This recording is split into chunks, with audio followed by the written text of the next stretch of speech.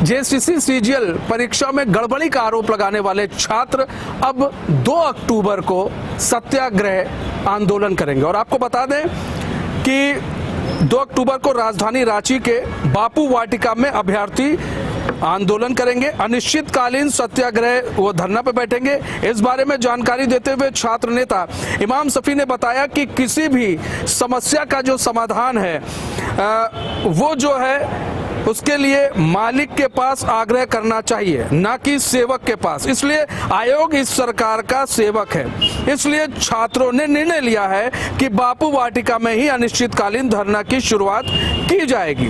वहीं सीजीएल के अभ्यर्थियों ने भी कहा कि सरकार इस विषय पर एक उचित निर्णय ले ताकि छात्रों का भविष्य बर्बाद ना हो। इसलिए गांधी जयंती के दिन से बापू वाटिका के समक्ष धरना प्रदर्शन शुरू किया जाएगा। आपको बता दें ये धरना प्रदर्शन कल से ही शुरू होगा, क्योंकि कल 2 अक्टूबर है। और इससे पहले जो जेसीसी सीजीएल के जो अभ्यर्थी थे उन्होंने मुलाकात भी की थी। अभी आपने देखा कि एक दिन पहले जो है जेसीसी के जो छात्र थे वो जेसीसी कार्यालय पहुंचे हुए थे, रांची पहुंचे हुए थे। हजारों की संख्या में छात्र थे। उन्होंने अधिकारियों से बातचीत भी की थी, लेकिन बात नहीं बनी।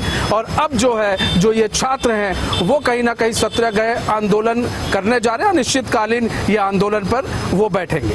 शिक्षक लोगों ने पूरी तरह से जब बोला गया, इसमें देखिए एक चीज़ बहुत सारा टेक्निकल हम वहाँ पर थे सामने, तो देखें कि पहली बात तो पूरी कोचिंग सेंटर के कोचिंग इंस्टीट्यूट जो है और यूट्यूबर द्वारा ये इसको मतलब एक प्रकार से हाईजैक कर लिया गया था। तो पूरी तरह से हाईजैक कर लिया गया था। वो लोग किसी का स्टूडेंट का भी बात लेने के लिए तैयार नहीं थे। स्टूडेंट बार बार बोलते रहे, चिल्लाते रहे। हजारीबाग के, गिरिडीह के, धनबाद के, हर जगह से हम लोग देख रहे थे कि स्टूडेंट आए हुए हैं। सब बोल रहे थे सर एक सामने बात हो, वहाँ जो बैरिकेटिंग लगा है वो अधिकारी उस साइड में रहे और इस समय स्टूडेंट इस साइड में रहे। आमने सामने बात होगी तो ज़्यादा अच्छा बेहतर होगा। और लंबे समय से मतलब है कि वो बात नहीं हो पाया। वो लोगों ने तय कर लिया कि नहीं 11 जो है डेलीगेट जाएंगे। तो फिर एक चीज़ अच्छा हुआ कि कम से कम लाइव हुआ, ये अच्छा कार्यक्रम हुआ, ताकि वो लोग का पोल खुल गया। वो लोग आकर हम लोग को ज़्यादा समय तक बरगला नहीं पाए और वो लोगों ने बहुत बड़ा जो है षड्यंत्र जगह है। इसको सही ढंग से मेन मकसद था किसी और को फ़ायदा पहुंचाना था, किसी दूसरे पार्टी को लाभ पहुंचाने के लिए कल का आंदोलन किया गया था, मुझे ऐसा लगता है। तो इस तरह से हमें नहीं करना है। हमें छात्र नेता और नेतागिरी यहाँ पर नहीं करना है। स्टूडेंट का जो है ना, कोचिंग का संचालक का, अलग अलग लोगों का अलग अलग भूमिका होता है, अलग अलग मकसद होता है सबका। तो आपका मकसद है, स्टूडेंट का मकसद है इसको रद्द कराना है।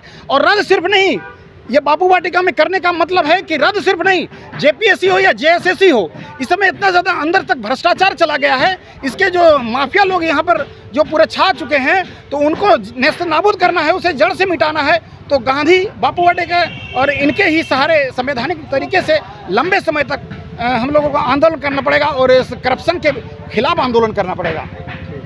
एक दिन या 2 दिन की चीज़ नहीं है होती है। आंदोलन जो है वो लगातार करना इसलिए ज़रूरी होता है क्योंकि जो अथॉरिटीज़ बैठे हैं उन्हें ऑलरेडी मालूम है कि कहाँ पे गड़बड़ी है, किस वजह से, और वो चाहते हैं कि उस गड़बड़ी को जितना ज़्यादा हो सके वो छुपाए और दबाए। और ये एक दिन के कवायद से नहीं होगी, एक दिन के स्ट्रगल से नहीं होगी। आप देखिए जैसे जितने भी मूवमेंट हुए हैं, चाहे वो झारखंड आंदोलन हो, चाहे वो इंडियन इंडिपेंडेंस मूवमेंट हो या कोई भी इस तरह के मूवमेंट हो, उसने लंबा टाइम लिया है। तो अगर आपको जेएसएससी को और जेपीएससी जैसे संस्थानों को ठीक करना है, सुधारना है, करप्शन मुक्त बनाना है, तो फिर इस तरह के कई आंदोलन हमें लगातार करते रहने होंगे जब तक कि हमें सफलता नहीं मिलेगी। जी, एसएससी के अनुसार भी कुछ ऐसे क्वेश्चंस हैं। देखिए आप क्वेश्चंस 2-4-5% रिपीट कर सकते हैं, लेकिन आप 30-30, 40-40% क्वेश्चन अगर रिपीट करेंगे, आप बताइए कि जो कट ऑफ मार्क्स होते हैं वो 50% से ज़्यादा नहीं जाते हैं। अब ये बताइए जब 30% क्वेश्चंस ऑलरेडी रिपीटेड हैं, तो जिनको ऑलरेडी लेना है एग्ज़ाम में, उनको सिर्फ इतना कहना है कि भाई आप इतने पिछले साल के क्वेश्चंस आप देख लीजिए, या और भी एग्ज़ाम्स में ये जो क्वेश्चंस आए हैं वो देख लीजिए, और फिर आप जाके एग्ज़ाम में बैठिए और एग्ज़ाम दीजिए। और जो आदमी 30-40% ऑलरेडी मतलब रिपीटेड क्वेश्चंस देख के आया है, पढ़ के आया है, उसके लिए क्वालिफाई करना वो कोई मुश्किल काम नहीं है। तो ये फेयर कंपटीशन एनीवे नहीं है। अनफेयर कंपटीशन, अनफेयर तरीके से अगर आप रिक्रूटमेंट करते हैं, एक तो रिक्रूटमेंट होता नहीं है, और अगर करते भी हैं तो वो मैलिफाइड इंटेंशन के साथ है और उसका रिजल्ट जो है वो डेट्रीमेंटल होता ही है।